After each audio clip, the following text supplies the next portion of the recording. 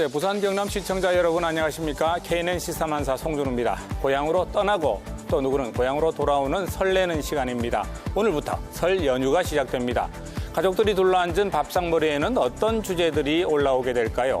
김경수 경남도지사의 법정 구속, 아니면 경남, 서부경남 KTX나 그도 아니면 동남권 신공항, 또 현대중공업의 대우해양 인수 이야기일지도 모르겠습니다. 오늘 저희 시사만사 지켜보시며 설 밥상머리 주제 한번 정해보시면 어떨까요? 먼저 첫 순서, 우리 지역 현역 국회의원들의 시간입니다. 타이틀 매치입니다.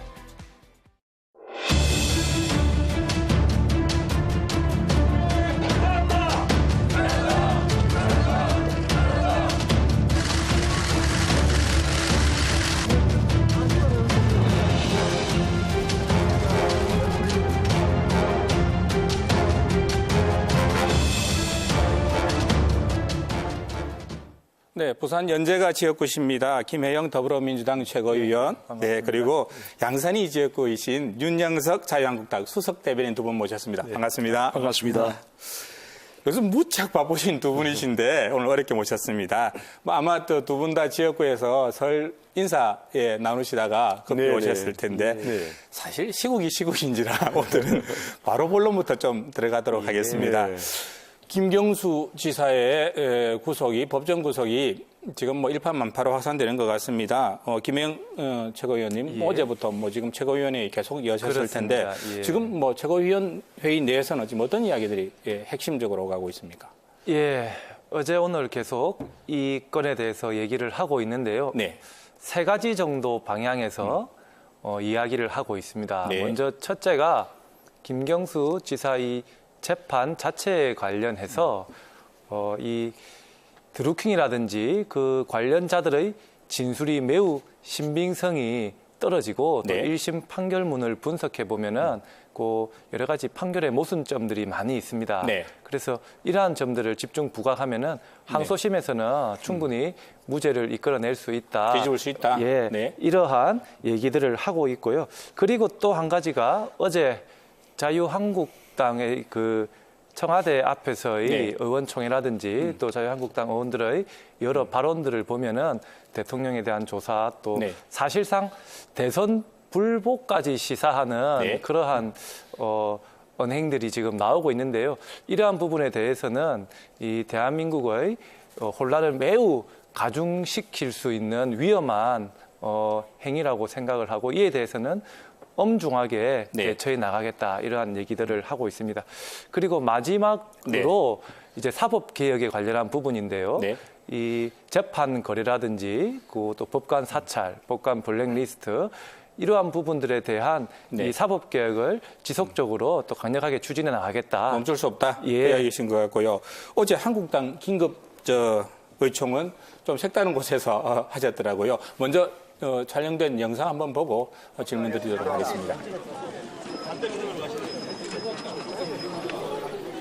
민주화 이후 가장 심각한 불법 선거운동이고 대규모 민주주의 파괴입니다.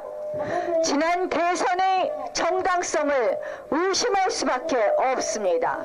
문정권, 문재인 정부 문 닫아야 되는 거 아닙니까? 대선까지 연관해서 보고 계신 건가요? 아니면 어떤 관점으로 봐야 될까요? 네, 아무래도 이제 이 범죄 행위의 이제 본질이 결국은 그 댓글 조작. 그러니까 그 규모도 너무나 방대합니다. 너무나 방대하고 뭐 그 숫자가 8,840만 회니까요. 그 당시 문재인 대통령이 이제 득표 숫자가 지난 2017년 5월 대선 당시에 득표 숫자가 1,340만 표였습니다. 그런데 그 1,340만 표에 약 한 5배 이르는 이러한 그 방대한 규모의 댓글 조작 행위가 발생을 하다 보니까 과연 좋아요 클릭 수가 그 정도 된다는 거죠. 댓글뿐만 아니고 이제 그런 공감 순위 조작이라든지 뭐 다양한 형태의 그런 댓글 조작이 있었죠. 그래서 그러한 부분에서 과연 이러한 부분이 2017년 19대 대선 당시에 영향을 미치지 않았던가 하는 것에 대해서는 국민적인 지금 의혹이 제기되고 있는 것입니다. 그래서 여기에 대해서 이제 저희가 문재인 대통령과 청와대 입장을 밝혀달라고 저희가 주문을 한 것이고요.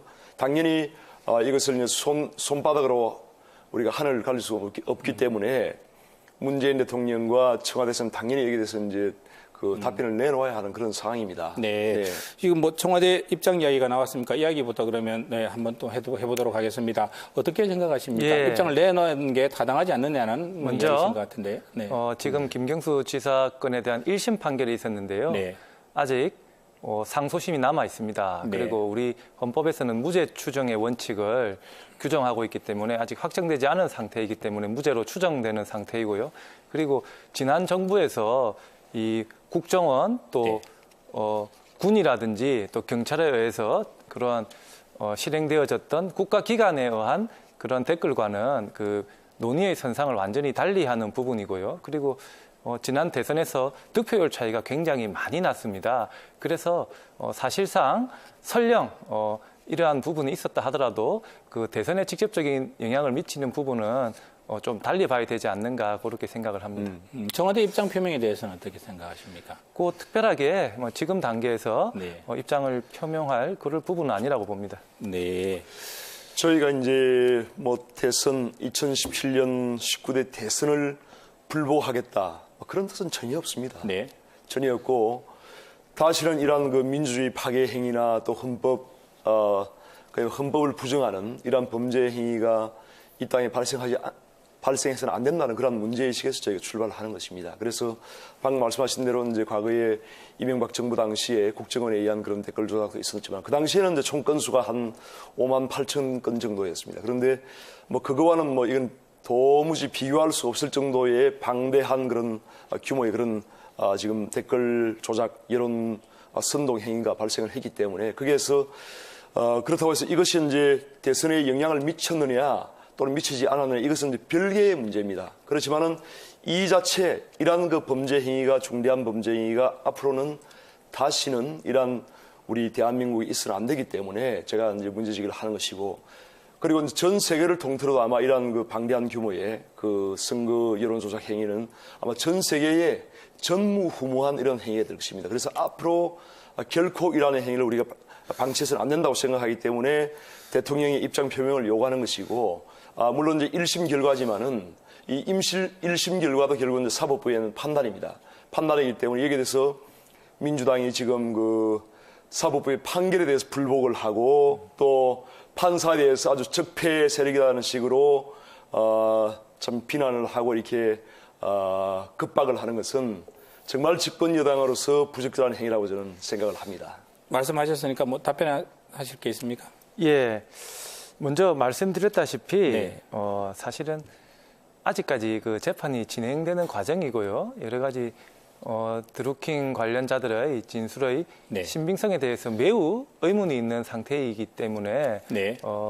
지금 단계에서 뭐 청와대에서 어떠한 그런 멘트를 할 부분은 아니다. 네. 그리고 말씀하신 부분 중에서 이러한 드루킹 관련자들의 이러한 범죄가 다시는 발생되지 않아야 한다는 점에 대해서는 동의합니다. 네. 사실상 이제 조금 말씀드리면은 지금 민주당에서는 이제 지금 성창호 그 판사의 네. 이 판결 결과에 대해서 굉장히 격앙된 지금 반응을 보이고 있는데 아주 뭐 적폐 세력의 그런 보복 행위다 하는 식으로 잠깐만요. 네네. 예, 의원님, 요 부분에서 그 말씀하고 연관되는 부분이라서 어제 그 국회에서 열렸던 민주당 사법농단 TFT 그 영상이 준비된 게 있으면, 네, 저 영상이군요. 저기서 여러 가지 이야기들이 나왔는데 일단 민주당 저 이야기를 한번 들어보고 다시 진행하도록 하겠습니다. 판사들에 대한 문제 제기를 지속적으로 해나가겠다. 그리고 시민사회 진영과 좀 힘을 합쳐서 시민사회와 함께하는 기구를 만들어 나갈 계획이 있습니다. 여러 명이 진술을 모의하고 특정 오보 변호사가 이렇게 유도를 하는 그런 메모들이 다 나왔습니다. 자기들이 시연했다는 그 로고 기록, 그 프로그램 최고의 전문가 둘리조차도 자기가 뭘로 로고 기록했는지도 진술이 왔다 갔다 번복 여러 번 됐습니다. 변호사기도 하시니까요, 김 의원님. 이 문제, 민주당에서는 양승태 사법농단 세력의 보복이다. 뭐 이렇게까지 이야기하는 이야기가 나오고 있는 것 같은데 어떻게 생각하십니까? 예, 먼저 판결을 내린 그 개개의 법관에 대해서 네. 언급을 하는 것은 뭐 제가 자제를 하겠습니다만은 네. 그럼에도 불구하고 이번 판결은 대단히 납득하기 어려운 네. 부분이 많이 있습니다. 네. 먼저 1심 판결문을 보면요. 네. 뭐뭐 하는 것으로 보이고 이러한 류의 표현이 매우 많이 등장합니다. 네. 그래서 사실은 직접적인 물증이라든지 네. 이러한 증거들보다는 진술 또 정황 증거에 거의 의존을 하다시피 네. 하고 있는데요. 그러한 예를 들어보면 드루킹의 진술 중에 이러한 것이 있습니다. 그 킹크랩 시연을 하고 나서 김경수 지사로부터 100만 원을 받았다는 네. 그러한 진술을 했다고 또 번복한 점. 네. 그리고 수사 단계에서 그 드루킹 관련자들이 진술을 맞추려고 했다가 네. 그러한 시도들이 또 밝혀졌습니다. 네. 이러한 진술의 신빙성이 매우 낮은 상태이고 또 현 시점에서 드루킹과 또 김경수 지사는 그 매우 대립적인 관계에 있습니다. 네. 이러한 드루킹과 관련자들의 진술을 가장 기반으로 해서 이번 내린 판결이기 때문에 상당히 납득하기 어렵다. 그리고 또 이 인듀비오 프로레오라고 네. 이 의심스러울 때는 피고인의 이익으로라는 이 형사법의 대원칙이 있습니다. 네. 지금 매우 그 의심스러운 상황인데요. 때문에 이러한 부분에서도 이번 판결은 납득이 어렵다. 그리고 또 이 컴퓨터 등 장애 업무 방해죄의 경우에 네. 제가 알기로는 아마 실형이 선고된 경우가 없는 것으로 알고 있는데요. 지금 이번에 그 형량도 2년이고 거기다가 법정 구속이 되었지 않습니까? 과거 홍준표 그 지사의 경우와 네. 비교해 보더라도 현직 도지사를 이렇게 다툼의 여지가 매우 큰 이러한 상황에서 법정 구속을 한다. 이 부분도 납득이 어렵고요. 그리고 또 이 선고기일이 당초에 25일이었습니다. 그런데 선고기일을 이틀 앞둔 23일 날 선고기일이 연기가 되는데 이게 또 공교롭게도 양승태 전 대법원장의 영장 실질심사일입니다. 네. 그래서 이렇게 선고기일이 연기된 부분도 매우 의문이다 이렇게 생각합니다. 알겠습니다. 한꺼번에 여러 가지 이야기를 많이 하셨습니다. 어떻게 생각하십니까? 네, 지금 1심 판결에서 이제 성창호 판사의 그 판결에 대해서 지금 민주당이 또 우리 청와대가 문재인 정부 전체적으로 지금 아주 그냥 필사적으로 지금 그 판사를 이제 비난하고 네. 아주 지금 급박을 하고 뭐 적폐 세력이다, 뭐 적폐 세력이 보복을 하는 것이다 하는 그런 식으로 아주 인신 공격을 지금 하고 있는데요. 정말 이것은 그 민주주의 국가에서 있을 수 없는 일입니다. 그런데 왜 이렇게 지금 집권 세력, 우리 민주당과 이 청와대를 비롯한 모든 집권 세력이 필사적으로 이 사법부를 공격하느냐 하는 것을 그 원인을 우리가 분석을 해볼 필요가 있습니다. 저희가 이제 판단하기에는 김경수 지사는 문재인 대통령의 최측근입니다. 최측근이고 2017년 5월 대선 당시에 문재인 대통령의 유세, 그러니까 문재인 대통령 당시 후보의 유세를 할 때 수행실장이었습니다. 네. 그러니까 이제 문재인 대통령과 또 문재인 대통령 부인인 김정숙 여사 그리고 이 김경수 수행실장이 한 차에 탑승을 하고 동성에서 유세를 하는 게 상당히 많았죠. TV에도 많이 노출됐었습니다. 그런데 앞으로 이제 이 김경수 지사에 대한 이 사건이 1심과 같이 2심과 3심에서 대법원까지 유죄가 확정된다면 문재인 대통령에 대한 그 어떤 책임론, 그 다음에 그야말로 19대 대통령 선거의 정당성에 관한 문제까지 불거질 수밖에 없습니다. 그것은 아무리 정치인들이 그걸 막으려고 해도 국민적인 의혹은 거대해질 수밖에 없습니다. 그래서 제가 마무리하겠습니다. 그렇기 때문에 지금 민주당과 집권 세력이 이것을 필사적으로 이걸 지금 사력을 다해서 막으려고 하는 것입니다. 그래서 이 1심 판결을 한 유죄 판결을 한 판사를 급박하고 이제 공포보링을 조성을 함으로써 앞으로 2심 판사들에게 무언의 지금 압력을 저는 가하고 있다고 생각합니다. 그리고 문재인 대통령과 이 정권이 장악한 대법원, 지금 대법원장과 대법관들 상당수가 문재인 정부에 지금 임명을 해놓았습니다. 그래서 이러한 대법원, 최종심을 판단하는 이 대법원에 대해서 집권 세력의 무언의 어떤 압력과 재판의 가이드라인을 지금 주고 있다고 저는 생각하고 대단히 부적절하다고 생각하고 결코 이러한 것은 있어서는 안 되고 방치해서는 안 된다고 생각합니다. 그 한국당은 나를 바짝 세우고 계신데. 그 이번 김경수 지사건에 대한 판결에 대한 개별적인 대응과 또 우리가 추구하고 있는 사법개혁 이 부분은 분리해서 저희가 추진해 나갈 것입니다. 그래서 방금 우리 윤영석 의원님께서 말씀하신 부분은 좀 대단히 좀 비약에 근거해서 하신 발언이다. 저는 그렇게 얘기를 드립니다. 하동지역구인 그 법제도 사법위원장이시죠. 또 판사 출신이기도 하시죠. 이분 여상규 의원께서 대통령 뭐 재임 기간 중에 수사 가능하고 특검 검토해봐야 되지 않느냐라는 이야기 하셨어요. 어떻게?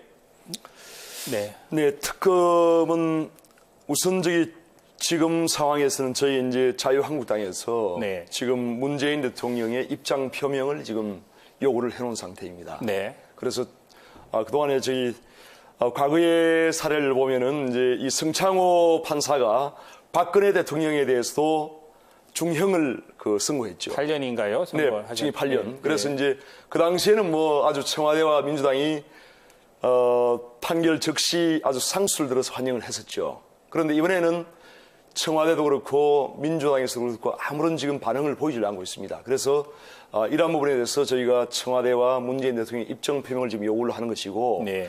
여기에 대해서 계속적으로 묵묵부답으로 이렇게 대통령께서 일관하신다면 이 사항에 대해서는 아마 특검 조사에 대해서 야 3당이 합의할 수밖에 없을 것이고 앞으로 그것을 피하기는 대단히 저는 어렵다고 생각합니다. 특검이 가능한 사안이라고 보십니까? 예, 저는 뭐 특검이 절대적으로 정쟁의 지금 요소로 활용하고 있다고 생각을 하고요. 네.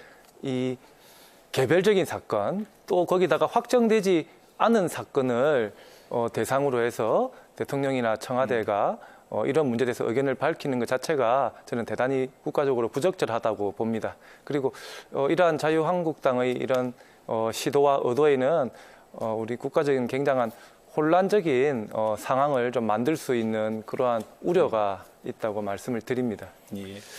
어제 김 지사가 가족들 면회를 했었는데 구치소에서 옥중서신 형식으로 본인의 입장을 밝히셨어요. 저기 화면에 나오는데 거짓 자백에 의한 유죄 판결, TV에 나오고 있습니다. 유죄 판결, 또 진실의 힘으로 인해서 밝혀질 것이다. 명명백백하게 이런 이야기를 했습니다. 제가 자유한국당 경남도당 위원장을 맡고 있다 보니까 네. 또한 그런 도정의 파트너로서 항상 많이 상의를 하고 있습니다. 그런데 이제 사퇴를 저희가 촉구하는 것은 지금 그 2심과 앞으로 최종심까지 가는 그런 기간이 상당히 많이 소요될 것입니다. 네. 한 1년 정도 앞으로 도정의 공백이 불가피한 상황인데 그러한 과정에서 과연 이 350만 경남도민의 이러한 민생과 또한 경남의 미래 발전을 위해서 도지사가 공백 상태에 이렇게 있는 것은 저는 적절하지 않다고 생각합니다. 그렇기 때문에 경남지사가 하루빨리 사퇴하고 네. 일단은 그 대행 체제로 운영을 하되 법에 따라서 빠른 시일 내에 저는 재심 절차를 거쳐야 된다고 저는 생각합니다. 홍준표 전 대표의 경우에 1심에서 실형을 받고도 사실은 구속되지 않고 또 지사직을 계속 수행을 했지 않습니까? 네. 그러한 경우라든지 또 현재 또 2심과 3심이 남아있는 과정 그리고 현재 1심 판결문에 대한 굉장히 우리 상식선에서 납득하기 어려운 그러한 부분들이 지금 많이 있기 때문에 저는 현재로서는 그러한 주장은 굉장히 지나친 주장이다 그렇게 생각을 합니다. 경남도청하고 요즘 경남 지역에 요즘 새로 나타나고 있는 분위기들 영상으로 좀 준비되고 있는 것 같은데, 네, 지금 응원 한마디 게시판을 만들었어요. 네, 도민 여러분들 응원 한마디에서 지금 도청 홈페이지에 아마 김병수 지사를 지지하는 지지자들이신 것 같은데, 이제 저런 글들이 지금 계속 올라오고 있고요. 경남도의 상징이 분홍장미라고 합니다. 그래서 분홍장미 꽃바구니를 저렇게 보내는 분들도 꽤 있는 것 같습니다. 공수처를 또 신설하라 또 이런 이야기도 지금 나오고 있는 것 같고요. 지지층의 결집으로 봐야 될까요? 또 지금 또 촛불 집회 다시 시작한다는 이야기도 들리고 있습니다. 아니면 또 민심과 여론으로 봐야 될까요? 이 부분은 어떻게 김 의원님 먼저 이야기해 주시고 말씀 부탁드립니다. 저는 그 경남도민의 네. 그 큰 지지로 경남지사로 당선되었고 또 최근에 김경수 지사가 우리 경남 부활을 위해서 굉장히 많은 일을 해오고 있습니다. 이런 부분들에 대한 우리 경남도민들의 긍정적인 평가의 그런 일환이라고 생각을 합니다. 그리고 지금도 여전히 우리 네. 경남도민들께서 김경수 지사에 대한 많은 신뢰를 보내주고 있다고 서부 보입니다. 경남 KTX 예태 면제 소식 들렸을 때만 해도 천당으로 올라갔었는데 지금 상황이 이렇게 급변할 줄은 몰랐습니다. 어떻게 보십니까? 제가 생각하기에는 이제 네. 경남도청은 그 행정관청입니다. 네, 어떤 특정 정치 또는 특정 정당의 전유물이 결코 아닙니다. 그렇죠. 네. 그렇기 때문에 경남도청의 저런 그 인터넷 홈페이지를 네. 특정한 그 도지사에 대한 사법부의 판단에도 불구하고 네. 저런 식으로 정치적인 글을 받는다는 것은 그야말로 행정의 어떤 정치화를 부추길 수 있고 불필요하게 경남도민을 분열시키는 그런 행위가 되기 때문에 저는 적절치 않다고 저는 생각합니다. 과연 누가 저런 발상을 했는지 네. 경남도청의 공무원들이 도지사에게 잘 보이기 위해서 저런 발상을 했는지 모르지만은 저도 20년 동안 중앙부처와 제가 지방정부에서 공무원 생활을 했지만은 저는 도저히 상상할 수 없는 그런 일이라 저는 생각하고 저러한 그 인터넷 홈페이지는 당장에 폐쇄를 했다고 저는 생각합니다. 이 표현의 자유는 네. 폭넓게 보장되어야 한다고 보고요. 저러한 경남 도민들의 의사 표현은 우리가 헌법에서 기본권으로 인정하고 있는 표현의 자유의 일환이다. 그렇게 생각합니다. 그리고 이 판결에 대해서도 네. 이 개별적인 그 판결의 내용이라든지 어떤 부적절함을 들어서 어떠한 문제 제기를 할 수는 당연히 있다고 생각합니다. 또 입장은 서로 뭐 다르시겠지만 2심, 3심 최종심 결과 짧게 어떻게 나올 거라고 보시는지 한번 짧게 좀 말씀 좀 부탁드립니다. 판결 이유를 보면은 네. 대부분이 직접적 증거 없이 네. 정황 증거에 기초해서 그러한 판단들이 주를 이루고 있는 것으로 보이고 또 이 드루킹이라든지 네. 관련자들의 이 진술이 굉장히 일관성이 없고 이 신뢰성이 매우 떨어집니다. 네. 그래서 이러한 진술의 신빙성을 탄핵하는 이러한 절차들이 이루어진다면은 저는 상소심에서는 무죄가 충분히 가능하다고 무죄되고 봅니다. 다시 도정에 복귀할 수 있을 것이다라고 보시고요. 어떻게 보십니까? 엄중한 범죄 행위에 대한 형량치고는 낮지 않느냐 오히려 그러한 그 여론도 상당히 있고 그래서 2심에서는 저는 그 이상이 저는 나오려고 생각합니다만은 네. 지금 그 문재인 정권이 대법원장과 또 대법관 판사들을 지금 상당히 장악을 한 상태이기 때문에 과연 대법원의 그러한 독립성이 유지될 수 있을 것인가 저는 상당히 이것이 우리 대한민국 민주주의와 법치주의의 하나의 시험대가 되지 않겠는가 생각하고 있습니다.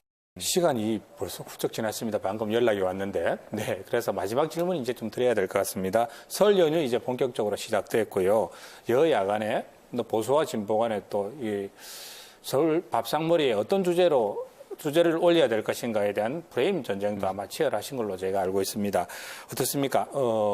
이번 설 밥상머리 우리 부산 경남에서 어떤 이야기를 주로 하셨으면 좋겠는지 짧게 한 말씀씩 부탁드리겠습니다. 네. 저는 얼마 전에 저희 더불어민주당 국회의원들이 네. 그 기자회견도 했습니다만 동남권 관문공항 네. 이 문제에 대해서 우리 부산 시민 또 경남 도민 여러분들께서 네. 좀 적극적으로 말씀을 나눠주셨으면 좋겠다. 왜냐하면은 24시간 안전한 관문공항이 이 동남권 경제 발전을 위해서는 반드시 필요합니다. 관광, 물류 또 뭐 여러 가지 면에서 이 핵심적인 부분인데요. 그래서 이 국가의 100년 대계를 위해서도 반드시 이 동남권의 관문공항이 필요하다고 생각합니다. 이 부분에 대해서는 아마 우리 한국당 의원님들께서도 아마 의견을 같이 해주시지 않을까 그렇게 기대를 합니다. 우리 민주당의 밥상머리 이슈는 관문공항이었습니다. 어떤 메뉴를 올려놓으시겠습니까? 예, 정말 그 지역 발전 네. 또 국가 발전에 있어서 이 정치 발전은 아주 필수적인 그런 요소이고 네. 대한민국이 앞으로 선진국으로 가기 위해서는 정치 발전이 반드시 있어야 됩니다. 그래서 이제 그런 정치적인 소통과 또 정치적인 토론 이런 것이 대단히 중요하고 말씀하신 그 관문공항에 관한 문제 저도 동의합니다.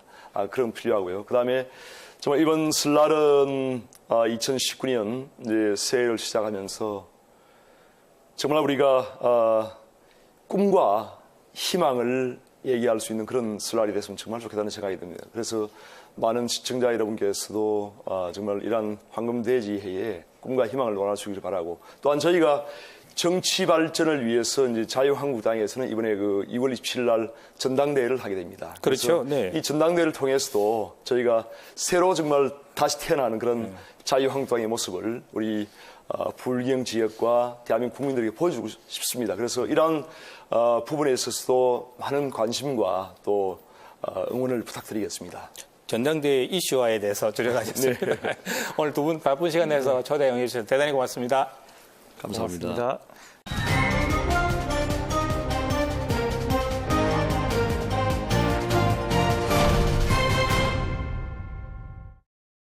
층간소음 문제로 출입문 앞에 페인트를 뿌리는가 하면 이웃 얼굴에 염산을 투쳐가는 사건도 잇따랐습니다. 이웃 사이에 대화로 풀 수 있는 일이 큰 갈등으로 번지면서 참극으로 이어지고 있습니다.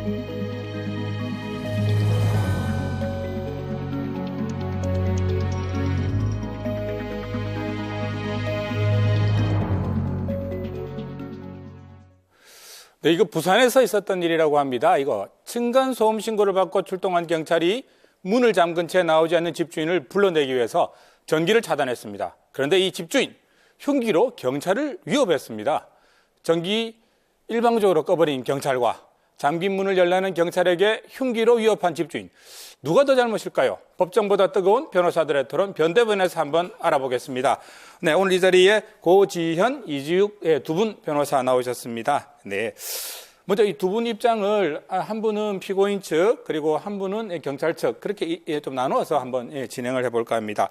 이게 3년 전에 있었던 사건이라고 하는데 이게 어떻게 된 내용인가요? 네, 2016년 6월에 있었던 일입니다. 부산 진구의 한 주택가 빌라라고 하던데 난리가 났다는 이웃주민의 신고를 받고 경찰이 출동을 했었습니다. 네. 경찰이 소음이 발생한 집 거주자를 만나려고 했으나 거주자는 경찰에게 욕설을 하면서 나가라고 왜 그러냐 욕설을 했고 소란을 일으키는 걸 멈추지 않았던 거죠. 경찰은 결국엔 거주자를 집 밖으로 끌어내기 위해서 전력 차단기를 내리는 강수를 두었고 그러자 이제 안에 들어있던 거주자가 흉기를 들고 나와서 경찰을 위협했던 사건입니다. 아, 일단은 개요는 그렇네요. 여기서 첫 번째 쟁점이 생기는 것 같아요. 경찰의 전기 차단, 이게 정당한 일인가? 먼저 우리 피고인 입장에서 한번. 예, 경찰이 개인 사유지에 전기를 차단하면서 공무를 행한다는 것은 굉장히 이례적인 일입니다. 이 정도 공무는 뭐 누전이 발생했다거나 해서 집안에서 어떤 사람들에게 생명이나 신체에 위협이 발생하고 있다. 이 정도가 돼야 이제 긴급행위, 즉시강제로 허용될 수 있거든요.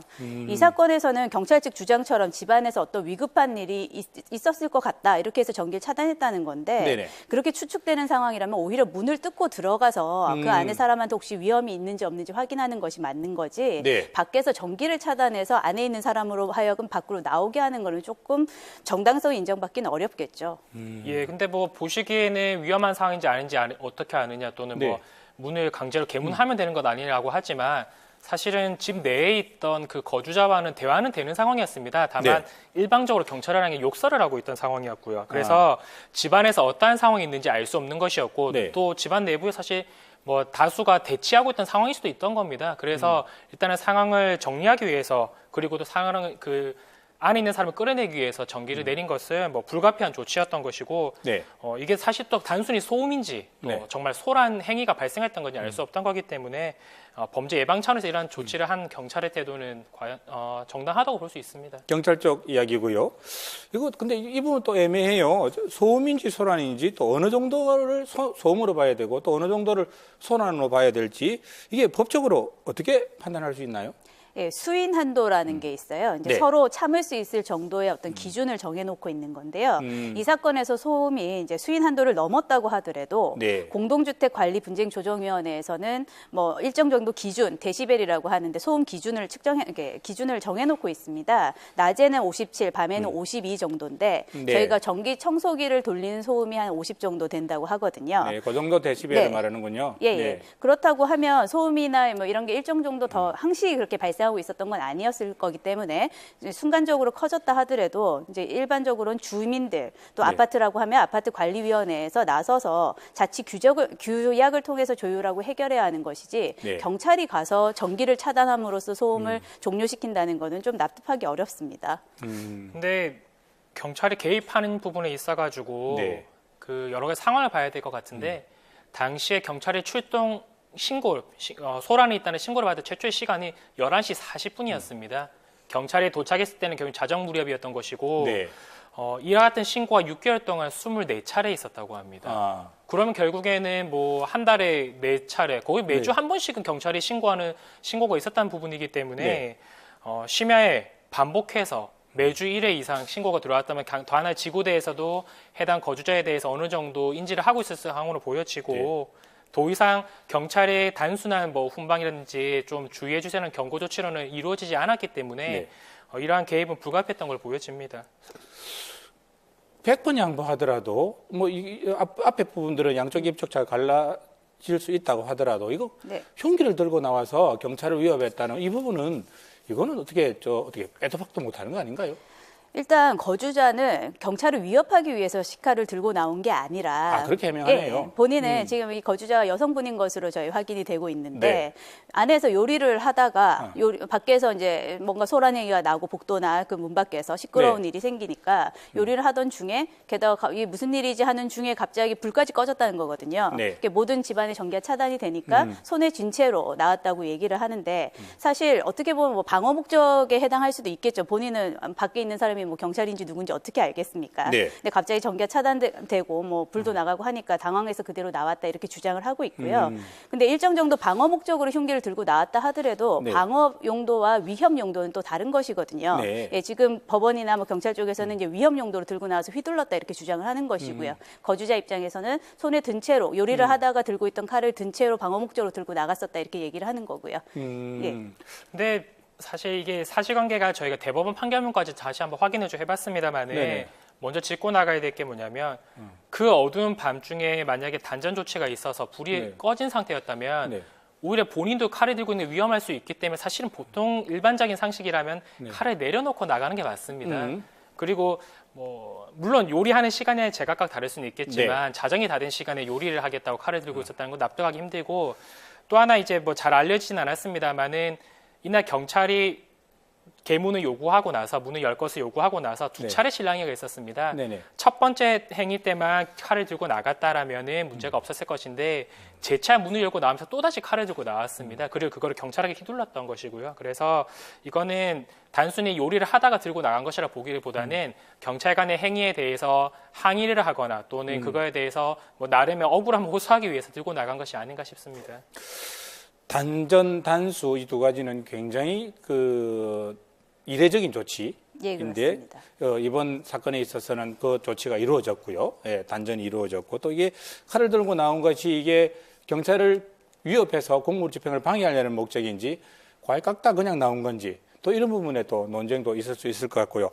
이거 참 결론이 안 나는데 대법원에서 이거 네. 어떻게 판례가 나왔습니까? 예, 재판부의 판결도 엇갈렸습니다. 네. 1심은 거주자가 다수의 이웃에게 심각한 피해를 줬다라고 하면서 징역 8개월의 네. 유죄를 선고했는데요. 항소심에서는 경찰의 단전 조치는 법률상 요건과 방식을 갖추지 못했다. 부적법한 공무집행이다라고 해서 이 거주자에게 무죄를 선고했습니다. 경찰이 잘못했다고 한 거군요. 2심은 또. 네, 그렇습니다. 그런데 대법원에서는 또 거주자의 행위가 형사처벌 대상인 만큼 네. 경찰의 행위는 적법하다라는 취지로 봤는데요. 네. 사실 단전 단수 조치는 아까도 말씀하셨지만 인간의 생활, 생존에 있어서 굉장히 필수적인 부분이거든요. 이런 부분들을 층간소음이 발생했다, 그런 신고가 있었다라는 이유로 네. 경찰이 출동해서 단전 조치를 바로 할 수 있다고 하면 이건 굉장히 이제 앞으로는 소음이나 이런 것들이 발생했을 때 유사 사례가 발생할 위험이 많이 있다고 봐야죠. 네.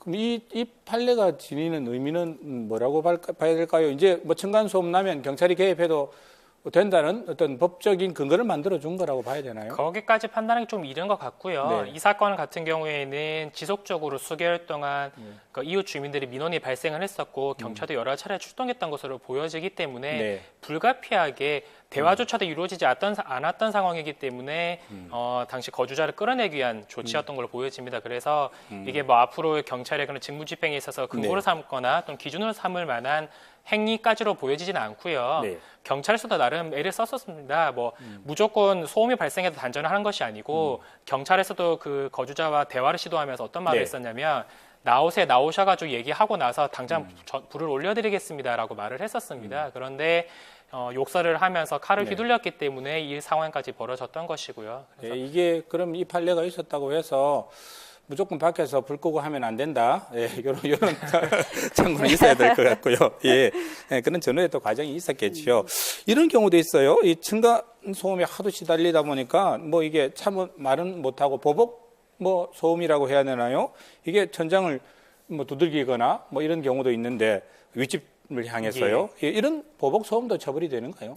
예, 사실 뭐 인터넷 검색창만 뒤져도 네. 층간소음 하면 당연히 붙어있는 연관 검색어가 층간소음 보복이라는 용어입니다. 네. 층간소음으로 인해서 보복을 하기 위해서 뭐 스피커를 부착해가지고 윗집에 들리도록 하겠다 또는 뭐 문을 두드리겠다라는 것도 있고요. 오늘 VLC에서 나왔던 것처럼 상대방의 집 문화에 페인트를 뿌리는 행위도 사실 있고 네네네. 뭐 제가 보이네요. 네. 예, 진행했던 사건 가운데에서도 뭐 페인트를 뿌리거나 또는 아파트 통행을 하면서 서로 또 그걸로 시비가 되어가지고 서로 간에 모욕이라든지 문제가 되는 경우도 심심찮게 발생을 하고 있습니다. 그리고 또 뭐 다른 층간소음 복수 방법이라고 해가지고 네. 효과를 봤다면서 인터넷에서 서로 노하우를 서로 공유하기도 하는데 네, 맞습니다. 흔히 생각에 내가 피해자고 나는 층간소음으로 인해서 많은 고통을 입었기 때문에 보복을 해도 문제가 없다. 또 어떤 분들은 정당방위가 아니냐, 정당해기가 아니냐는 얘기도 하시지만 뭐 다른 집의 문을 페인트 뿌린다거나 이런 경우 재물손괴도 해당이 될 수 있을 것이고요. 네. 밖에 나가서 시비가 돼서 멱살을 잡거나 하면 폭행도 될 수 있을 것이고 그래서 보복 행위를 임의적으로 하는 것은 엄히 금지되어 있고 또 처벌 대상이므로 주의하셔야 될 것 같습니다.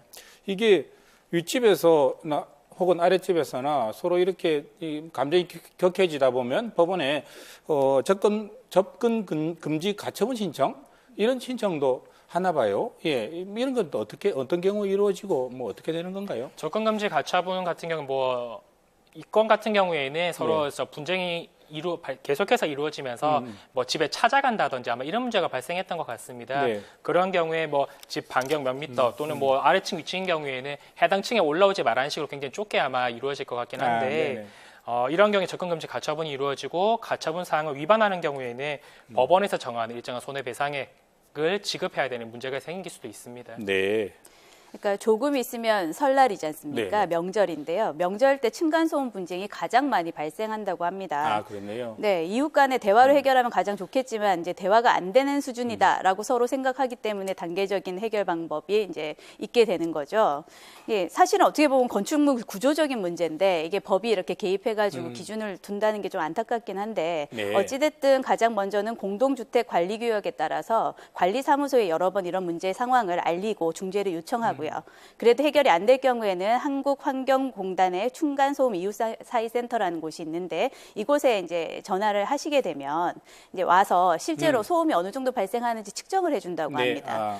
사실은 윗집이든 아랫집이든 어떤 소음이 발생했을 때 자기들이 주관적으로는 큰 소리가 안 났다고 생각을 하기 때문에 이런 게 분쟁이 되는 거거든요. 근데 직접 소리를 들어보고 객관적인 수치를 제시를 하게 되면 어느 정도 이제 조절해서 분쟁의 해결책을 찾을 수 있는 부분도 있겠죠. 그래서 이런 센터나 이런 데 상담 신청을 좀 많이 이용해 보시는 네. 게 좋을 것 같습니다. 사실 뭐 이거 말씀 중에 접근 금지 가처분 신청, 이 발음도 어렵습니다. 이거 해도 엘리베이터가 열렸는데 탔는데 사람이 있으면 어떡할 거야. 이런 참 낭패입니다. 결국은 대화로 풀어나가야 될 문제가 아닌가. 서로 양보하면서 예. 그런 생각해 봅니다.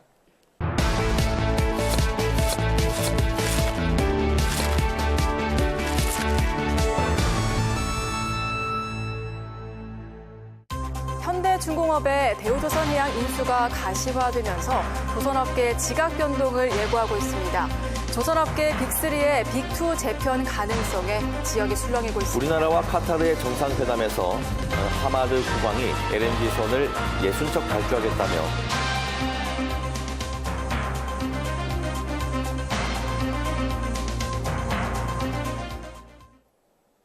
네, 부산 경남 지역의 경제 현안을 진단하고 또 전망해 봅니다. 밥상머리 경제 시간입니다.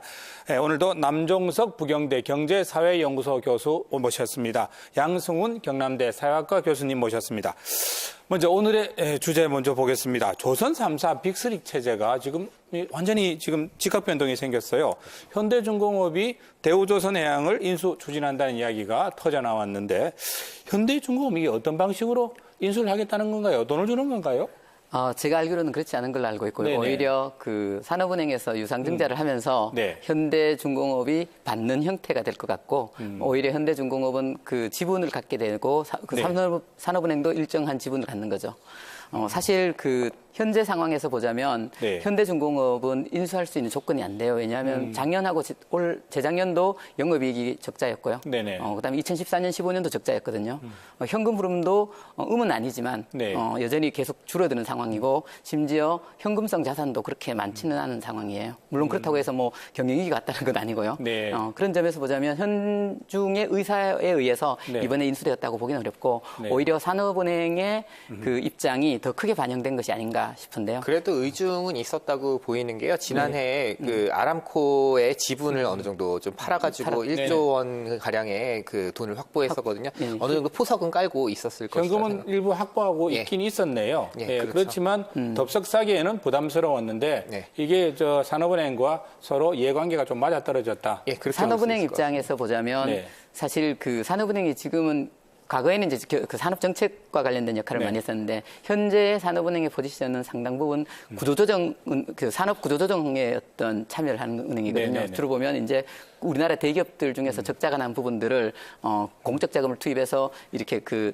구조조정을 하고 그 다음에 정상화시켜서 이렇게 판매하거나 이런 것이었는데 사실 조선업 그 대우조선 같은 경우는 최근 몇 년 동안 계속 적자였잖아요. 그러다가 재작년하고 작년에 이제 영업이익이 흑자로 돌아서면서 정상화되는 과정이 있기 때문에 이제는 그 매각을 하려고 했던 것이고 현대중공업 입장에서도 특별히 손해볼 건 없는 상황이죠. 산업은행은 다급했을 겁니다. 왜냐하면 실패 전례가 있지 않습니까? 하나그룹에 2007년인가요? 지금 당시에 이제 팔려고 매각하려고 해갖고 포스코하고 GS 컨소시움 그 다음에 이제 한화그룹이 해갖고 하나그룹이 인수하기로 했었는데 당시에 글로벌 금융위기가 바로 와가지고 한번 무산되고 다시 이제 산업은행이 경영을 했던 적이 있기 때문에 대우조선을요.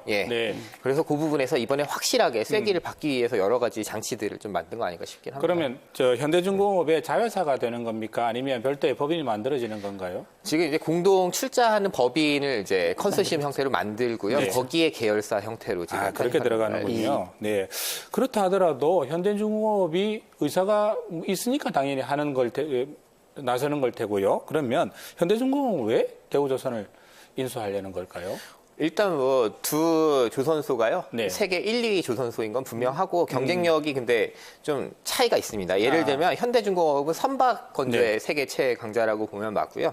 대우조선은 이제 선박에서는 LNG, 그다음에 해양 플랜트를 잘 하는 회사거든요. 서로 또 이게 특기가 다르군요. 특기가 다르니까 서로 이제 저희가 이제 피믹스라고 하는데 생산할 수 있는 제품군을 좀 조정을 하면 시너지가 날 수 있고 2015년에서 18년 굉장히 지금 이윤이 낮고 사실 적자를 봤던 이유 중에 하나 과당 경쟁으로 인한 저가 수주거든요. 국내 조선 기업들끼리 과당 경쟁이라고 봐야 될까요? 그렇죠. 어차피 조선 3사가 경쟁을 다 했던 거기 때문에 그 부분에서 과당 경쟁 줄이고 이제 어느 정도 수익을 확보할 수 있는 형태로 영업 활동 나서면은 이제 이익이 되리라고 양사 모두 다 판단한 거 아닐까 싶습니다. 어떻습니까? 대우조선 해양 입장도 우리가 중요할 텐데요. 또 우리 지역 내 거제에 있는 또 아주 큰 업체고요. 조선 해양 입장에서는 이게 좋은 건가요, 나쁜 건가요? 이제 따져볼 게 장기적으로 보면 필요했다는 조치에 대해서는 아마 지역 주민들 다 공감하실 거예요. 이제 이렇게 경쟁력을 상실하고 시름시름 앓다가 이제 또 이제 공적 자금 만약에 받아야 되는 상황 되면 이제 못 받는 거거든요. 그 정도는 이제 거제 시민들도 다 아는 부분이고요. 다만 이제 걱정이 경쟁력을 강화해야 한다는 당위와 이제 그런 차원의 산업 구조 조정 차원에서의 조치는 맞다고 보지만 다만 지금 이제 노동조합도 제기하고 있지만 어쨌든 인수합병의 형태가 진행되게 될 경우 중복되는 인원들에 대한 인적 구조조정 진행될 것 같습니다. 안 그래도 그 부분 지금 뭐 오늘 지역 일간지에도 난 기사도 있는데 설대목의 날벼락 뭐 이런 사실은 제목입니다. 구조조정 뭐 당연히 또 하지 않을까. 그리고 또 대우조선 물량을 현대에서 빼가지 않을까. 지금 현대독도 지금 놀리고 있는 판이니까 대우조선 물량 가져가서 현대에서 준공하지 않을까. 이런 이야기까지 나오고 있는데 그런 부분들 걱정 어떻게 보시나요? 뭐 하고 싶다고 다 가져가서 할 수 있는 게 아니었고 예를 들면 지금 걱정은 현대중공업에서 이제 도크가 놀린다는 얘기는 군산조선소에 일감이 없어가지고 이제 문 닫은 얘기를 아마 이제 말씀하시는 것 같은데요. 아까도 말씀드렸지만 장기가 다릅니다. 대우하고 현대가 장기가 다르기 때문에 그러니까 일반적으로 다 가져다가 할 수 있는 그런 부분은 아니고 네. 다만 이제 일단 첫 번째 생산직 분들에 대해서는 일단 생산직 노동자들의 일자리를 당장 어떻게 할 수 있는 부분은 좀 아닌 것 같고요. 네. 다만 이제 사무직은 경영 지원 같은 경우에는 중복되는 업무가 충분히 있을 수 있거든요. 예를 들면 뭐 인사팀을 굳이 뭐 양쪽에 나눌 수는 없는 일이고 뭐 네. 재무 같은 경우도 그렇고 이제 그런 부분들에 있어서 어느 정도 일부 조정이 있을 텐데 저도 이제 대우조선해양 다녔던 입장으로 100% 고용 승계하면 좋겠지만 일정 부분 있을 텐데 그 부분을 결과가 중요한 게 아니고 과정이 중요할 것 같습니다. 네. 같이 논의를 단순히 노사만 아니라 이제 지역사회 이슈가 이제 크게 될 것이기 때문에 네. 고용 인원이 많거든요.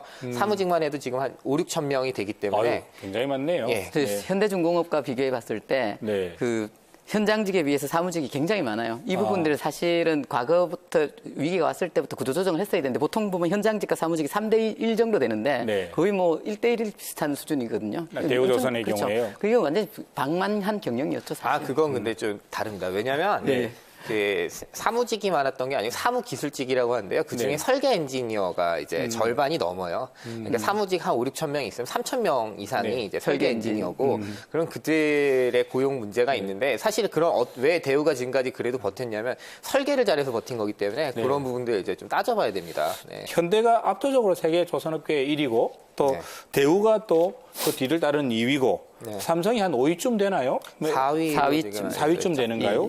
그런데 이게 세계 조선업 1, 2위가 합병하는 뭐 유례가 없다기보다는 아주 드문 경우가 될 텐데 국가 경쟁력 측면에서는 그러면 시너지 효과는 어떻게 보십니까? 그 시너지 효과가 이제 그 선박 제조와 관련돼서는 단기적으로 봤을 때는 효과가 당분간 크게 나타나진 않을 것 같아요. 왜 그러냐면 뭐 아까 양 교수님께서 말씀하셨듯이 그 기술적으로 서로 중첩되지 않은 부분들, 주력 산업품들이 그렇지 않은 부분들이 있기 때문에 결합이 되겠지만 전체적으로 선박 수요 자체가 굉장히 지금 적거든요. 작년에 우리나라가 나중에 나오겠지만 사실 그 LNG선 같은 경우는 거의 뭐 그 90% 정도를 우리가 수주했음에도 불구하고 그 과거에 이제 고점 대비로 봐서는 굉장히 낮은 수준이고요.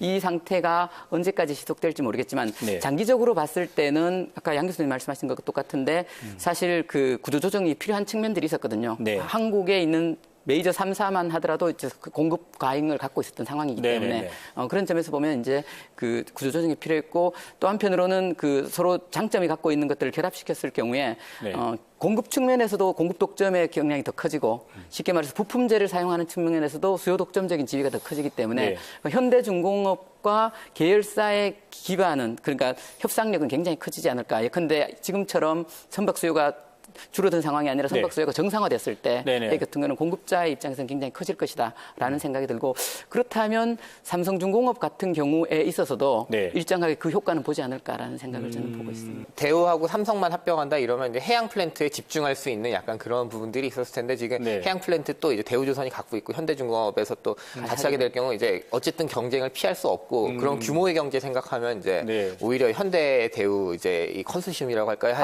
압도적인 측면이 있어가지고 그런 부분에 고민이 이어지고 통폐합 논의도 조금 진행되지 않을까 조심스럽겠죠. 자, 이 본격적으로 조선업 이야기 해보려고 하는데 제가 오늘 책을 한 권 가져왔습니다. 이게 중공업 가족의 유토피아라는 아주 보기 드문 내용을 담은 책인데 양 교수님 쓰신 책이세요? 예, 제가 썼습니다. 사실은 뭐 이 책을 소개하는 이유가 바로 오늘 우리가 주제로 다루고 있는 우리 조선 산업에 대한 이야기라서 제가 이 책을 이야기를 꺼냈어요. 어떻게 이 책 쓰게 되신 이유가 어떤 이유셨나요? 예. 제가 원래 서울에서 나고 자란 서울 사람인데요. 이제 조선 경남에 와가지고 이제 5년, 이제 한 8년 정도 지금 있게 됐는데 너무 보는 시각들이 다르고 특히 이제 제조업을 중심으로 돌아가는 지역에 대한 이해가 너무 없다. 그리고 조선업에 대해서 한때는 돈을 많이 벌었지만 지금 그냥 흥청망청 쓰다 망한 회사처럼 마치 이제 서울에서는 보는 경우도 많고 그래서 그런 오해들을 조금 바로잡고 싶은 생각도 있었고 뭐 개인적으로는 제 회사가 이제 제가 입사했을 때가 조선업이 피크였던 시절인데 지금은 이제 한번 위기를 겪었기 때문에 그 과정을 조금 진단해보는 그런 차원에서 한번 책을 쓰게 됐습니다. 네. 이게 중국 정규직 노동자뿐만 아니라 외주 노동자들의 이야기 또 거제에 사는 여성들의 이야기까지 따뜻한 시각으로 담아내고 또 그 의미를 분석하려고 애쓰신 것 같아서 저는 참 의미 있다고 생각했고 또 이런 기반으로 좀 더 달라지는 거제가 되었으면 좋겠다라는 생각도 했습니다. 참 그런 이야기 있었죠. 뭐 이 책에도 그런 이야기가 나오는 것 같습니다만은 한때 거제는 개도 10,000원짜리 물고 다닌다. 예. 그런 이야기가 있었는데 어떻습니까? 올해 조선산업 전망. 일단 나빠지지 않는다는 확실합니다. 나빠지지 않고 이제 좋아질 수 있는 가능성이 이제 보이고 변곡점은 찍었다 그죠? 네, 변곡점은 좀 찍은 것 같고요. 다만 이제 이게 수익이 좀 나야 됩니다. 수익이 나야 된다는 측면에서는 아직은 저가 물량을 해소하는 국면이고 지금 수주한 것들, 작년에 수주한 배들은 좀 괜찮은데요. 그 배들이 실제로 조업이 들어가는 건 내년부터이기 때문에 많은 물량들이. 작년에 수주한 물량은 내년쯤에 조업에 들어가네요. 건조에 들어가네요. 1년 정도가 넘어가거든요, 보통. 저희가 해양 플랜트 할 때 인력은 사실 가장 많은 노동자들이 일했던 거거든요. 근데 지금 선박은 그만큼의 인원이 필요하지가 않습니다, 건조 단계에서. 그래서 한 10만 명 줄었다고 하더라고요. 2016년, 17년을 경유하면서 10만 명 정도 노동력이 좀 줄었다고 하는데 그걸 다 채우기는 조금 어려울 것 같다는 생각은 들고 다만 지금 일하시는 분들은 그래도 좀 따뜻한 겨울도 보내고 따뜻하게 이제 보낼 수 있을 거란 생각은 좀 듭니다. 네. 최근에 수주가 이렇게 좀 돌아서면서 희망적인 그 발표들이 막 나왔었는데요. 그 사실 뭐 LNG선만 있는 것도 아니고 석유 수송선이라든가 그 다음에 이제 중형 조선소들 같은 경우는 여전히 굉장히 어려운 상황이거든요. 그리고 뭐 결과적으로 보면 작년이 건조량은 제일 작았었습니다. 최근 한 10년 동안 중에서. 그러니까 이제 배를 완성해갖고 그 발주차한테 이렇게 주는 그런 건 작았기 때문에 현금 흐름도 굉장히 지금 안 좋은 상황이기 때문에 그래서 일자리가 감소하지는 않겠지만 사실 이미 10만 개 정도 일자리가 줄어들었는데 그 일자리가 늘어나지 않고 오히려 그냥 유지되지 않을까. 그리고 그 사이에서 이렇게 또 현금 흐름을 압박을 받는 기업들 같은 경우는 좀 어렵지 않을까 싶습니다. 그렇습니다. 해가 뜨기 전이 가장 어둡다고 한영석 현대중공업 공동대표가 올해 새해 첫 신년사에서 이야기를 했다고 합니다. 대우조선해양과 삼성중공업도 올해 4년 만에 대졸 신입사원 공채를 한다고 하네요. 다시 거제에서 힘찬 백고동이 울렸으면 좋겠고 우리 이 책처럼 우리 중공업도 가족의 유토피아가 다시 한번 만들어졌으면 좋겠다는 생각 해봤습니다. 지금까지 밥상머리 경제였습니다.